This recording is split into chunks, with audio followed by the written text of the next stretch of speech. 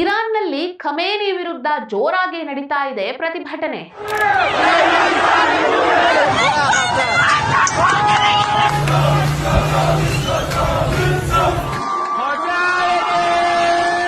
ಇರಾನ್ನಲ್ಲಿ ಹೀಗಾಗೋದಕ್ಕೆ ಕಾರಣ ಏನು?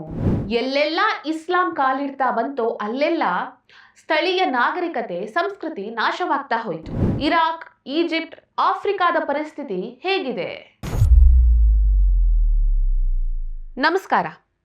ಇರಾನ್ನಲ್ಲಿ ಖಮೇನಿ ವಿರುದ್ಧ ಈಗ ಪ್ರತಿಭಟನೆ ಜೋರಾಗಿದೆ.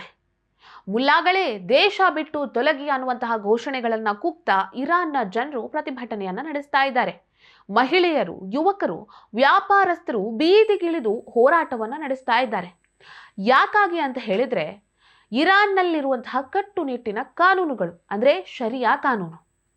ಮಹಿಳೆಯರು ಯಾಕೆ ಪ್ರತಿಭಟನೆ ಮಾಡ್ತಾ ಇದ್ದಾರೆ ಅಂತ ಹೇಳಿದ್ರೆ, ಮಹಿಳೆಯರು ಬುರ್ಕಾವನ್ನು ಧರಿಸಬೇಕು ಅನ್ನುವಂತಹ ಕಟ್ಟುನಿಟ್ಟಿನ ಕಾನೂನನ್ನ ಇರಾನ್ ಜಾರಿಗೊಳಿಸಿತ್ತು.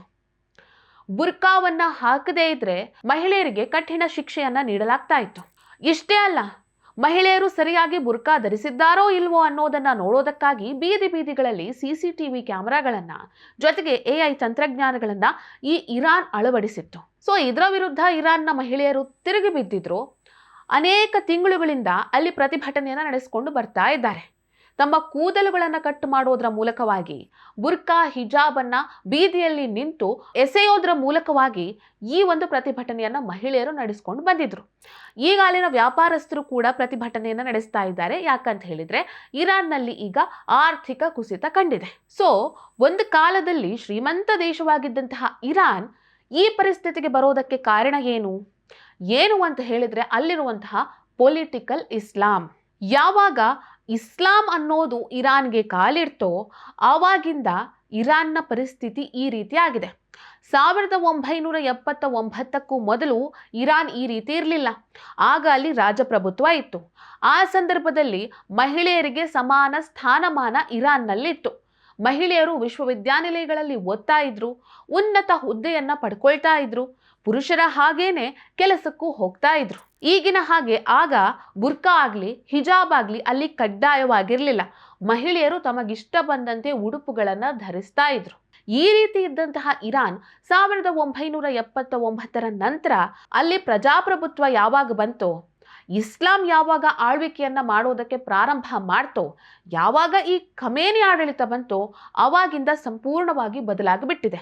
ಹಾಗಾಗಿ ಇದರ ವಿರುದ್ಧನೇ ಈಗ ಇರಾನ್ನ ಜನರು ತಿರುಗಿ ಬಿದ್ದಿದ್ದಾರೆ, ಪ್ರತಿಭಟನೆಯನ್ನ ನಡೆಸ್ತಾ ಇದ್ದಾರೆ.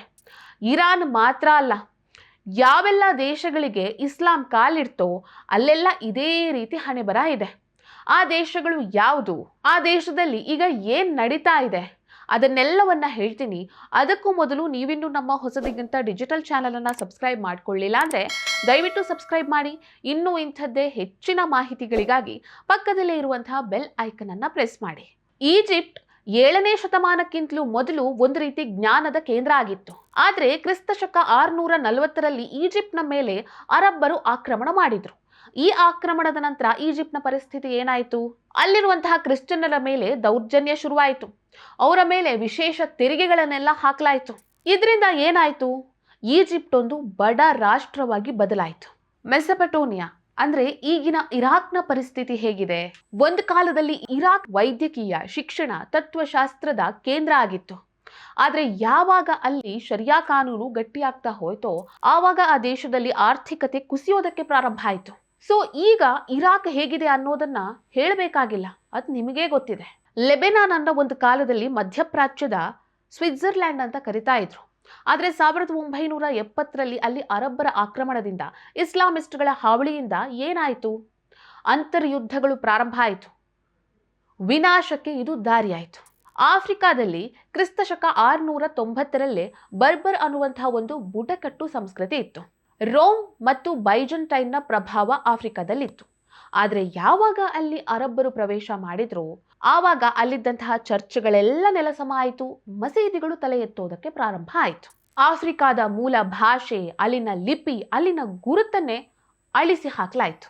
ಇನ್ನು ಟುನೇಷಿಯಾದ ಕಾರ್ತೇಜ್ ಅನ್ನುವಂತಹ ಒಂದು ಪ್ರಸಿದ್ಧ ನಗರವನ್ನೇ ನೆಲಸಮ ಮಾಡಿ ಅಲ್ಲಿ ಮಸೀದಿಗಳ ನಿರ್ಮಾಣ ಆಯಿತು. ಈವನ್ ಸ್ಪೇನ್ ಕೂಡ 8 ಶತಮಾನಗಳ ಕಾಲ ಇಸ್ಲಾಮಿಕ್ ಆಡಳಿತದಲ್ಲಿ ನಲುಗಿ ಹೋಗಿತ್ತು. ಎಲ್ಲಿವರೆಗೆ ಈ ಇಸ್ಲಾಮಿಕ್ ಆಕ್ರಮಣ ಅನ್ನೋದು ನಡೀತಾ ಇರುತ್ತೋ ಅಲ್ಲಿವರೆಗೆ ಸ್ಥಳೀಯ ಸಂಸ್ಕೃತಿ, ನಾಗರಿಕತೆ ನಾಶ ಆಗುತ್ತೆ ಅನ್ನೋದಕ್ಕೆ ಇದೇ ಉದಾಹರಣೆ.